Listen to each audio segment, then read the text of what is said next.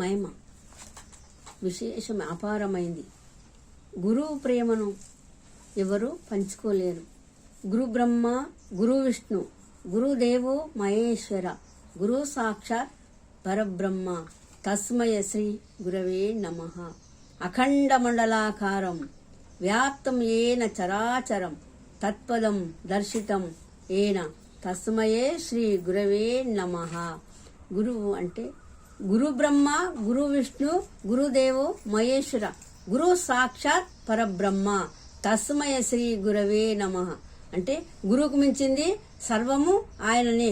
గురువు ఎన్ని కష్టాలు వచ్చినా గురువుకు మాత్రమే అధికారం తొలగించుకోవడానికి. ఆ పరమాత్మను కూడా సాధ్యము కాదు. ఆయన లయాకారుడు, బ్రహ్మ సృష్టికర్త, విష్ణుమూర్తి మనకు సంరక్షకుడు.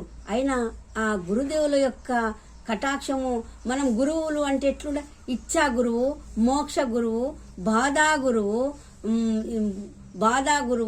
ఈ 5 మంది గురువులు మనకి. మనం సంరక్షించేవాడు గురువే, మనను కన్నవాళ్ళు తల్లిదండ్రులు గురువులే. అలాంటి 5 మంది గురువుల లోపల మనకు 3 గురువులు దొరకగలరు. ఎవరు? బాధ గురువులు, బోధ గురువులు, ఇచ్చా గురు, మోక్ష గురువు, జ్ఞాన గురువు దొరకడము ఈ రోజు చాలా కష్టము. జ్ఞానం సద్గతిని సేవ చేసి మనము సద్గతి పొందాలి అంటే మనం సద్గురుల సేవ చేసుకోవాలి. గురువుల అందరి గురువులు మనకి శ్రీరామచంద్రుడు ఏమన్నాడు, సీతామహాదేవి ఏమన్నాడంటే నాకు గురువు కావాలంటే పక్కనే పెట్టుకొని గురువు అంటున్నావు. పార్వదేవుడు ఏమన్నా నాకు గురువు కావాలని శివునికి అడిగింది గురువును. ఆ శివుడు ఏమన్నాడు, ఏమమ్మా పక్కన పెట్టుకొని గురువు అండు. గురువు అంటే ఎట్లుండాలి? గురువు సద్గురువే. నేను కూడా ఒక గురువుని దగ్గరనే తీసుకున్నా. అమ్మ ఎవరిని చేరుకుంటున్నది?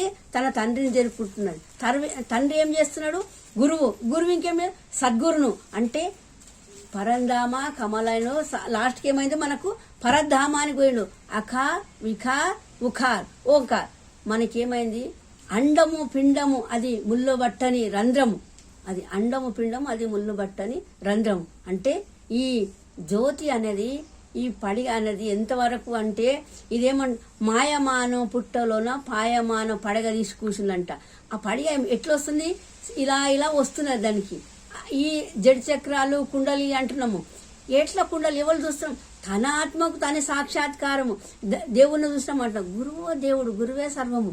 గురువు ఏం చేసి ఒకరోజు శిష్యుడు పోయి ఎప్పుడు ఆయన సాధు సేవ చేసుకుంటా గురువు దగ్గర పంచబట్టుకొని కూర్చుందనంట. ఏందిరా వచ్చినావు పంచబట్టుకొని కూర్చున్నావు నాయన అంటే